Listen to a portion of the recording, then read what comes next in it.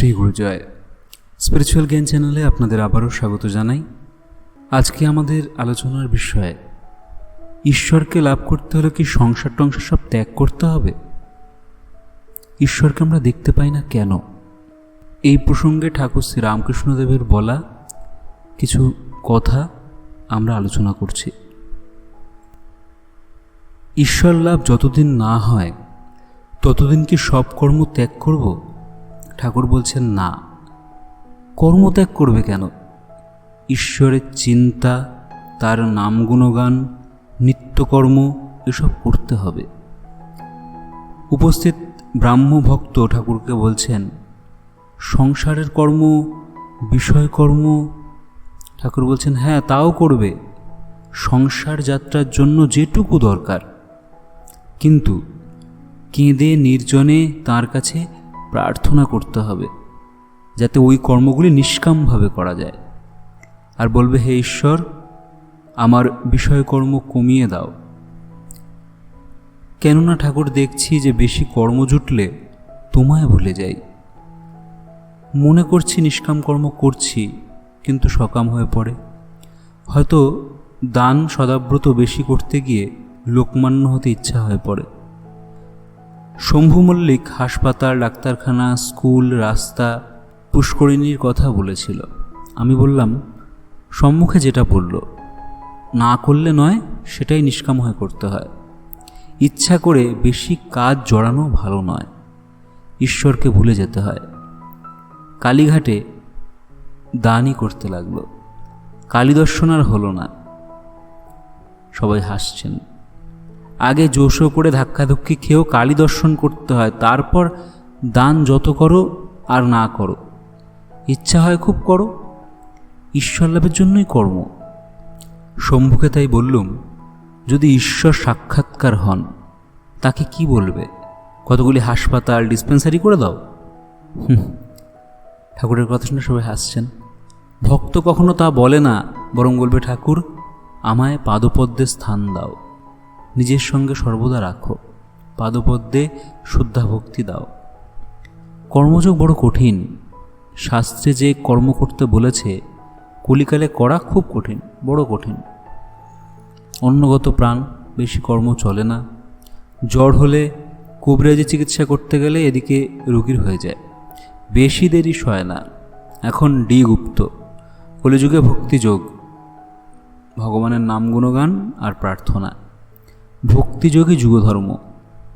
ঠাকুর ব্রাহ্মভক্তদের প্রতি বলছেন, তোমাদেরও ভক্তিযোগ, তোমরা হরিনাম করো, মায়ের নাম গুণগান করো, তোমরা ধন্য, তোমাদের ভাবটি বেশ। বেদান্তবাদীদের মতো তোমরা জগৎকে স্বপ্নবৎ বলো না। অরূপ ব্রহ্মজ্ঞানী তোমরা নও, তোমরা ভক্ত। তোমরা ঈশ্বরকে ব্যক্তি বলো, এও বেশ। তোমরা ভক্ত, ব্যাকুল হয়ে ডাকলে তাকে অবশ্য পাবে। একজন প্রশ্ন করলেন, ঈশ্বরকে আমরা দেখতে পাই না, কেন দেখতে পাই না? ঠাকুর বলছেন, জীবের অহংকারই মায়া। এই অহংকার সব আবরণ করে রেখেছে। আমি মোলে ঘুচিবে জঞ্জাল। যদি ঈশ্বরের কৃপায় আমি অকর্তাই বোধ হয়ে গেল, তাহলে সে ব্যক্তি তো জীবন্মুক্ত হয়ে গেল, তার আর ভয় নাই। এই মায়া বা অহং যেন মেঘের স্বরূপ। সামান্য মেঘের জন্য সূর্যকে দেখা যায় না, মেঘ সরে গেলেই সূর্যকে দেখা যায়। যদি গুরুর কৃপায় একবার অহং বুদ্ধি যায়, তাহলে ঈশ্বর দর্শন হয়। 2.5 হাত দূরে শ্রীরামচন্দ্র, যিনি সাক্ষাৎ ঈশ্বর। মধ্যে সীতারূপিণী মায়া ব্যবধান আছে বলে লক্ষণরূপ জীব সে ঈশ্বরকে দেখতে পান নাই। এই দেখো, আমি এই গামছাখানা দিয়ে মুখের সামনে আড়াল করছি, আর আমায় দেখতে পাচ্ছ না, তবু আমি এত কাছে। সেরূপ ভগবান সকলের চেয়ে কাছে, তবু এই মায়া আবরণের দরুন তাকে দেখতে পাচ্ছ না। জীব তো সচ্চিদানন্দ স্বরূপ, কিন্তু এই মায়া অহংকারে তাদের সব নানা উপাধি হয়ে পড়েছে, আর তারা আপনার স্বরূপ ভুলে গেছে। এক একটি উপাধি হয় আর জীবের স্বভাব বদলে যায়। যে কালা পেরে কাপড় পরে আছে, অমনি দেখবে তার নিধুর টপ্পার তান এসে জোটে। আর তাস খেলা, বেড়াতে যাওয়ার সময় হাতে ছড়ি, এইসব এসে জোটে। রোগালোকে যদি বুট জুতা পরে সে অমনি শীষ দিতে আরম্ভ করে, সিঁড়ি উঠবার সময় সাহেবদের মতো লাফিয়ে উঠতে থাকে। মানুষের হাতে যদি কলম থাকে, এমনই কলমের গুণ যে সে অমনি একটা কাগজ টাগজ পেলেই তার উপর ফ্যাঁস করে টান দিতে থাকবে। টাকাও একটি বিলক্ষণ উপাধি। টাকা হলেই মানুষ আর এক রকম হয়ে যায়, সে মানুষ থাকে না। এই প্রসঙ্গে আরেকটি কথা বলে রাখি। একবার ঠাকুর চলছেন, ঠাকুরের সাথে এক ব্যক্তির দেখা হয়েছিল। সে ব্যক্তি খুব উঁচু গলায় ঠাকুরকে জিজ্ঞাসা করছিলেন কেমন আছেন ইত্যাদি। তো ঠাকুর তখন তার পাশে উপস্থিত একজনকে বললেন, লোকটার টাকা হয়েছে। অর্থাৎ টাকা হলে তার গলার আওয়াজই বদলে যায়, তখন সে কনফিডেন্সের সাথে মানুষকে চেঁচিয়ে কথা বলতে পারে। তাই ঠাকুর বললেন, মানুষের কোনো না কোনো উপাধি হলেই তার স্বভাব বদলে যায়। আরেকজন প্রশ্ন করলেন, ঈশ্বরকে কি জানা যায়? ঠাকুর বলছেন, তাকে কে জানবে? আমি জানবার চেষ্টাও করি না। আমি কেবল মা বলে ডাকি। মা যা করেন, তার ইচ্ছা হয় জানাবেন, না ইচ্ছা হয় নাই বা জানাবেন। আমার বিড়াল ছাড় স্বভাব। বিড়াল ছা কেবল মিউ মিউ করে ডাকে, তারপর মা যেখানে রাখে, কখনো হেঁসেলে রাখছে, কখনো বাবুদের বিছানায়। ছোট ছেলে মাকে চায়, মার কত ঐশ্বর্য সে জানে না, জানতে চায়ও না। সে জানে আমার মা আছে, আমার ভাবনা কি। চাকরানির ছেলেও জানে আমার মা আছে। বাবুর ছেলের সঙ্গে যদি ঝগড়া হয়, তা বলে আমি মাকে বলে দেবো আমার মা আছে। আমারও সন্তান ভাব। ঠাকুর বললেন, ঈশ্বর লাভ হলে কি কর্ম থাকে না? আরেকজন প্রশ্ন করলেন। ঠাকুর বলছেন, কর্ম যে বরাবরই করতে হয় তা নয়।